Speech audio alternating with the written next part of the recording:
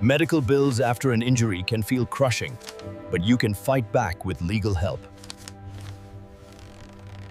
Experienced attorneys often negotiate medical bills down, usually 20% to 70% of the original amount. Here's how savings often look.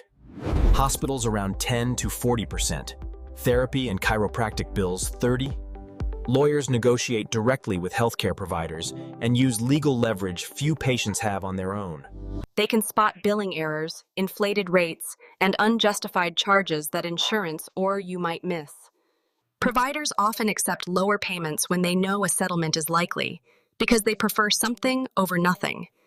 Most personal injury lawyers work on contingency. Talk tech. You pay only if you win. When bills are huge or you're uninsured, reductions can be even bigger, sometimes over 60%. For example, a $50,000 hospital bill might be negotiated down to around $30,000. to Insponsivs.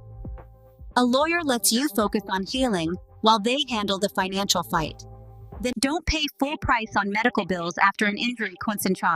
Talk to a lawyer and get the relief you deserve.